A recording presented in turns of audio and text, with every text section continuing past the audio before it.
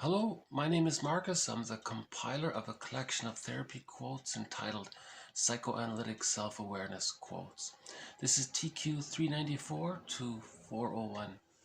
Therapy quote number 394. The Narcissist Myth describes the tragic inability to love. Again. The Narcissist Myth describes the tragic inability to love. So, the general consensus is that anybody with a developmental trauma or arrested development is engaged in what's called transference love, where they transfer the childhood situation, they bring the past into the present to try to master the trauma of the past. So they're not really loving in a mutual way in the present. He's caught in this little inner conflict that he's projected and carried forward into his future relationships. So the love from the narcissist is, or a person with the narcissistic pattern, is that he didn't get his mirroring needs met. He didn't get his needs for attunement and to be seen. So he's trying to look for others to meet his unmet need. But it's a repetition compulsion gone awry, because no one can travel back in time to undo or to change the mother or to change what happened during the first year of life. The narcissistic pattern is considered arrested development before the age of 2, let's say, right? Where the image of the self and the image of the other in the psychic world are fused. So the person psychically identifies with the aggressor. And that's one theory on why a person with a narcissistic pattern is so grandiose and entitled and all that. Because the stage of infantile megalomania didn't get resolved. By the age of 3, with the psychological birth, narcissism, all this entitlement, infantile megalomania gets resolved. They become existential hearsay. But if there's developmental trauma, that infantile megalomania is still there.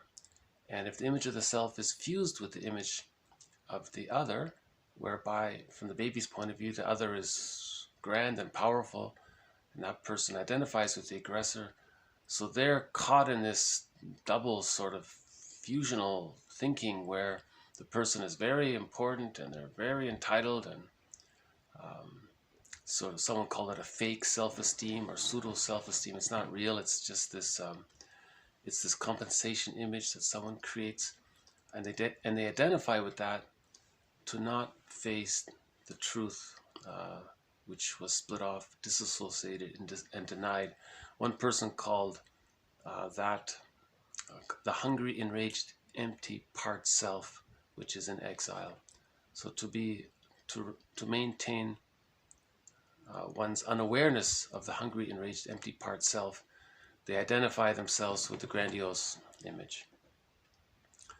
So they're looking for others to maintain that image. They want others to fuel that image, to keep it going so the split can be preserved. Remember, splitting precludes mutual, genuine love, right? Because of that, splitting causes that deep ambivalence, right? And the psychic umbilical cord is attached to the psychic representation of the rejecting mother. So a person with a narcissistic pattern is usually called a mama's boy or mother's son, a puer, this is very common in sitcoms. They idealize and worship their mothers,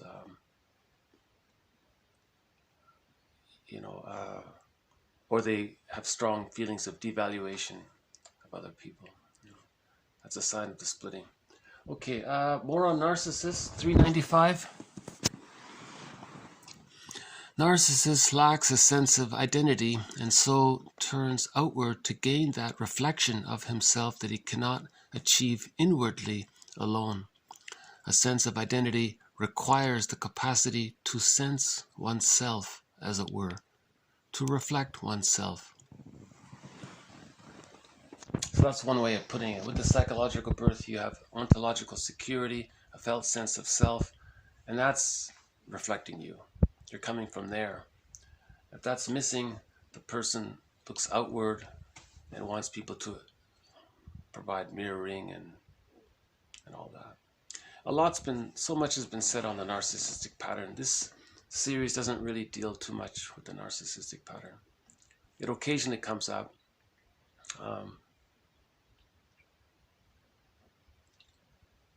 But what does come up a lot in this series is the repetition compulsion phenomena. TQ 396. Repetition compulsion implies that during the formative years of childhood, each of us makes a long playing record which we tend to play over and over again throughout our lives.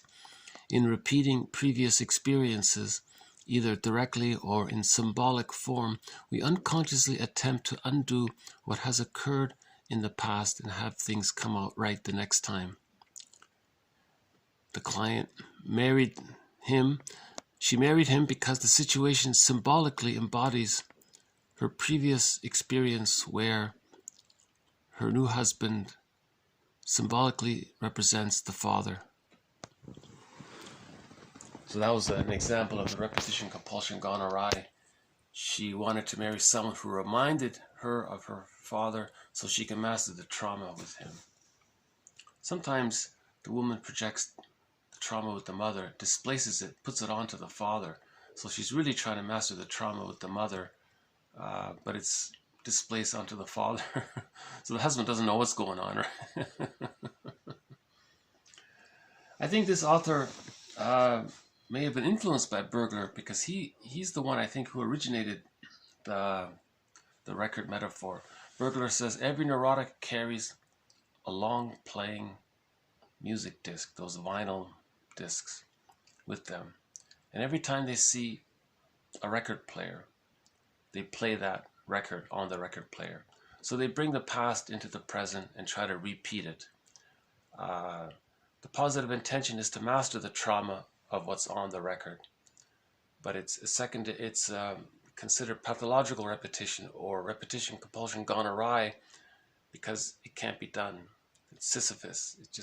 You're just repeating it. No one can travel back in time to a time machine to, as he says, undo it.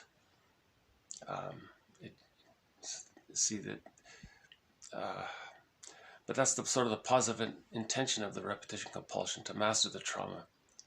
But it can't be done beyond the age of 5. After the age of 5, one has to mourn it. That's a theory about that. So this author also uses the metaphor of the long-playing music record. Maybe he came up with it independently, or maybe Burglar got it from him. I don't know where it started from. Burglar's original quote was the Victrola record. Originally, Burglar said in the 30s that every neurotic carries a Victrola record.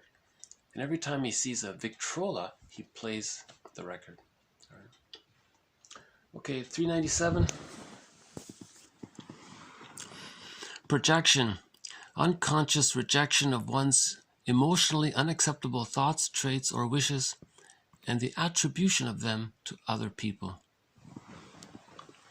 So we've had a number of quotes on projection. This adds to our collection. We said before it's a mirror defense. It's meant to show you what you're denying. So if you're something you don't know about yourself, a thought, trait, wish, you're rejecting it, it's uncomfortable, you then say, you just say it belongs to someone else, non-threatening substitute other, and that person is serving as a mirror for what you're denying. So it's called a mirror defense. And it deals with the anxiety of owning it, if you can say it's outside. So you're rationalizing, you're tricking yourself. Well, since it's out there, I don't have it. And that's reinforcing the split and the denial. Right? You know, sometimes projection and reaction formation gets mixed up. Or they work hand in hand. So let's say the person is projecting something about himself, and even that's denied. So he projects something about himself onto the other. That makes him uncomfortable, but he wants to notice it. So in the other person, he uses reaction formation and flips it. So he'll say the person is doing the opposite. You see how infantile, immature defense mechanisms to deal with anxiety are so elaborate. The child has to come up with all these maneuvers to deal with the anxiety. All this, as we said before today, in an earlier video today, psychoanalysis is the systemic study of self-deception. So projection, reaction formation, putting them together, that's all kind of self-deception. But the positive motivational intention is to keep the anxiety, keep away from the anxiety. Yeah, it's interesting, right? So let's say the person doesn't think he's, I don't know, maybe he doesn't want to admit that he's a caring person, let's say. Maybe he feels it's a sign of, maybe he feels it's unacceptable to admit to himself that he cares. Yeah. So then he'll say to someone else, oh, you know, that person, he's a very caring person. Uh-oh, but what if that bothers him too? Because he really doesn't want to admit it at all. Then he reverses it. That person is not caring. And that's how he gets in touch in code. In code, he's getting in touch with how he's a caring person. There's a caring part of him by projecting it onto someone else and then flipping it. So his projection and reaction formation takes the form of saying, that person is not a caring person. What he's saying is, he's a caring person inside, but he doesn't want to admit it. See? So a lot of these defense mechanisms, that's why we say psychoanalysis is sometimes like an onion. You peel the layer, you peel another layer, and then you cry. You know? Because when you get in touch with what's real, you feel a relief. And then from the relief of the stress, the delayed onset of the stress, the realization of all that stress kicks in because now you feel safe and then you may cry. 398. Mary Ainsworth maintains that adolescent turmoil is not normative, but is a function of insecure attachment. So Ainsworth was a follower of Bowlby. So she's saying basically that not all adolescents go through this very chaotic period. If the young person had a secure attachment style, he can ease into adulthood relatively smoothly because he has that ontological security. But to make the transition from child to adult, that's the adolescent period. So we use that term adolescence to describe the phase between child and adult. Boy to man, girl to woman, right? That phase in between, the teenager phase. And we often say it's chaotic, but sometimes it's not. She's saying if it's not, that's a sign of an insecure attachment style. Because a secure attachment style allows you to go into the transitions relatively smoothly. 399. The cruel domination of a child by a mother, for example, might be the mother's attempt to make herself feel worthwhile or powerful. So maybe that's the positive intention of the mother who's very domineering. She wants to feel important. She wants to feel strong. She's compensating. I think Adler would say that this kind of behavior is to compensate for feelings of inferiority. So this superiority complex is created to deny the inferiority complex, something like that. Anyways, this quote I think maybe is an attempt to understand the mother. If the domineering mother is very bossy and all that, maybe she's preserving her infantile megalomania because she has a developmental arrest herself, and by doing that she feels powerful and worthwhile. Remember, the infantile megalomania, you always feel like a little god, right, with the infantile megalomania. So in that case, this mother in this quote has developmental trauma. TQ 400. The word unconscious in German is unbewusst. The German Unbewusst, of which it is a translation, means literally, quote, unknown, and describes simply and unequivocally the observed fact about the absent thought. That's interesting, eh? So originally, the word unconscious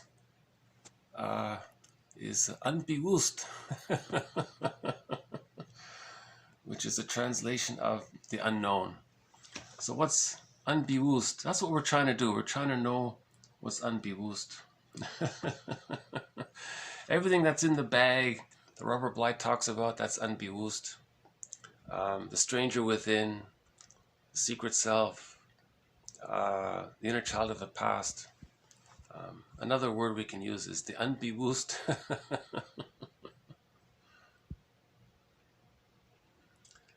And that's what Lowell said. We're responsible for healing ourselves.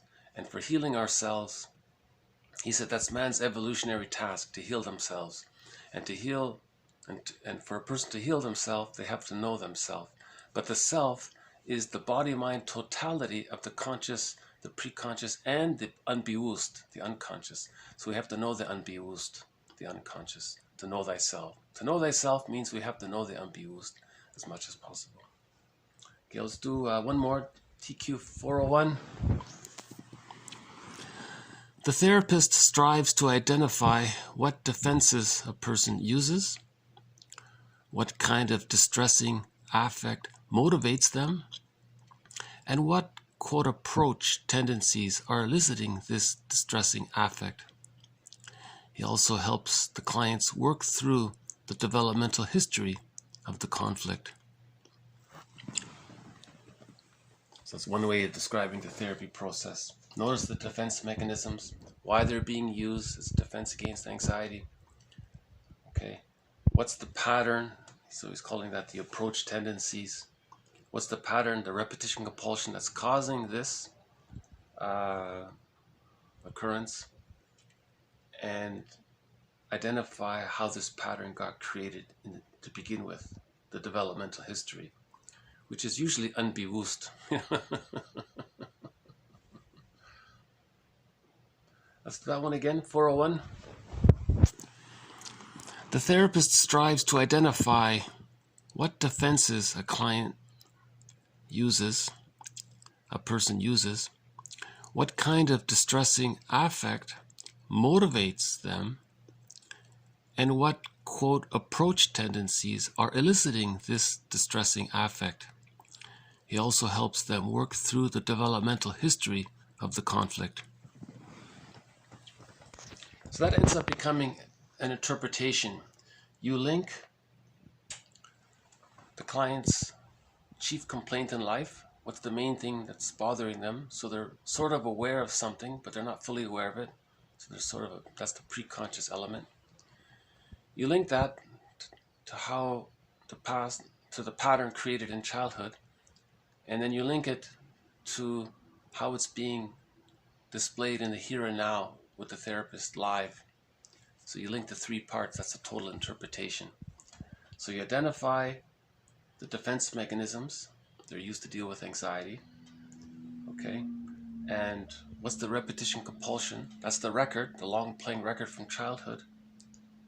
Okay, and then you identify the long playing record from childhood, you identify how it's being repeated in the person's life generally, and for example in the present, how it's happening right now, and you link the three. That's his way of saying an interpretation, I think. So, yeah. So we've got a little bit about narcissists, because that's a developmental trauma to be to not be able to reach the psychological birth. You need the psychological birth to be able to engage in mutual, genuine love, mutual relating. But splitting precludes a mutual, splitting precludes the psychological birth. And splitting is the result of an insecure attachment style. one needs a secure attachment style to reach the psychological birth. So the narcissistic pattern is caught in that developmental record. A record was created where he wasn't seen, and so on, right? And then to cope with the pain of that, he identifies with the aggressor, and he wants everyone to see him because he was never seen or accepted and all that. In the narcissistic pattern, you know, the people with it, they tend to use, they're passive aggressive, there's a little hostility there, they're cynical, so they're the glass half empty kind of people, right? That's maybe one way of considering the possibility that the person has a narcissistic pattern, if they're constantly nihilistic and negative and all that. Yeah, again, so with the psychological birth, a person achieves ontological security, a sense of self.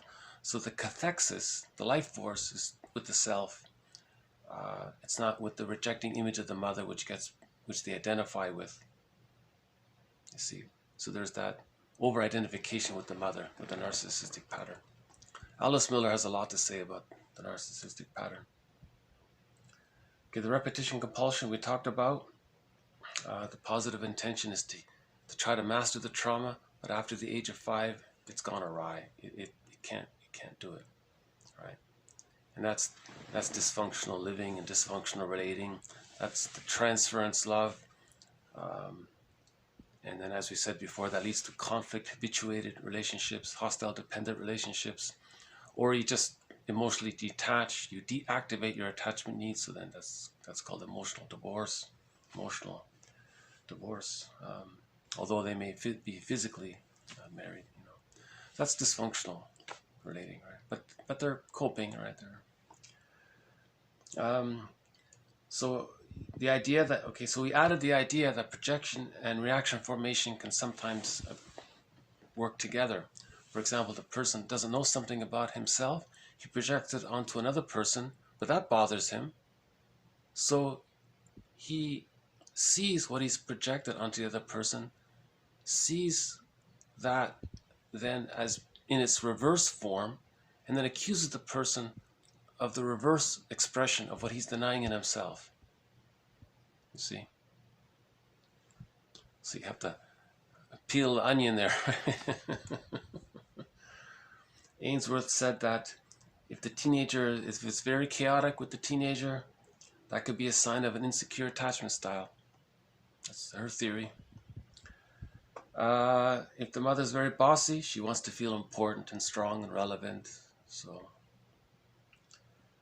in German, okay, get to know the Unbewusst. It's Unbewusst. It's fun to pronounce that. It's Unbewusst. And as we said before, that's the moral revolution, to get to know the Unbewusst, right? To get to know ourselves. Take responsibility for our unbewusst history. And the therapy process, where he links to 3. The origin or the genesis of the record, how it's being played out in the present, and to see it live in action in the here and now, and to construct a narrative that links to 3, and that helps to soothe, to metabolize and digest things. We're giving sorrow words with the interpretation. Okay, I'll just do a quick read through here. The Narcissist myth describes the tragedy or the tragic inability to love. Narcissist lacks a sense of identity and so turns outward. See, that lacks a sense of identity.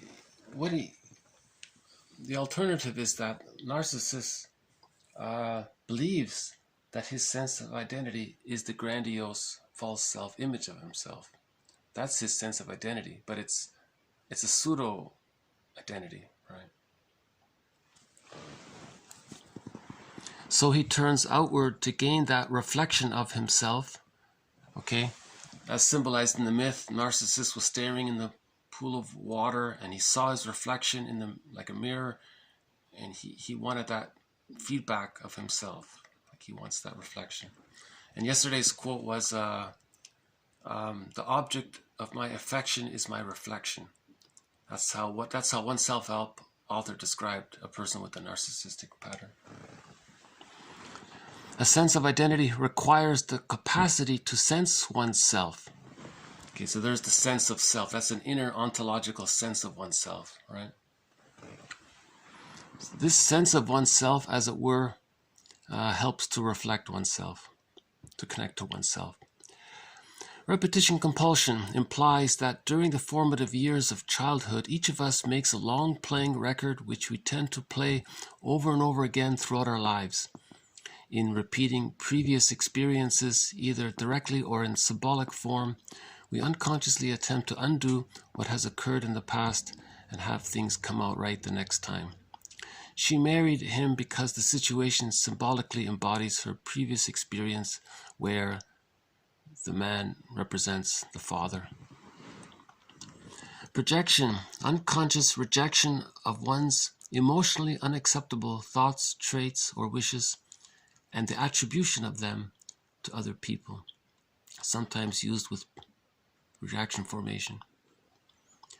Mary Ainsworth maintains that adolescent turmoil is not normative, but is a function of insecure attachment. The cruel domination of a child by a mother, for example, may be the mother's attempt to make herself feel worthwhile or powerful. The word unconscious in German is unbewusst.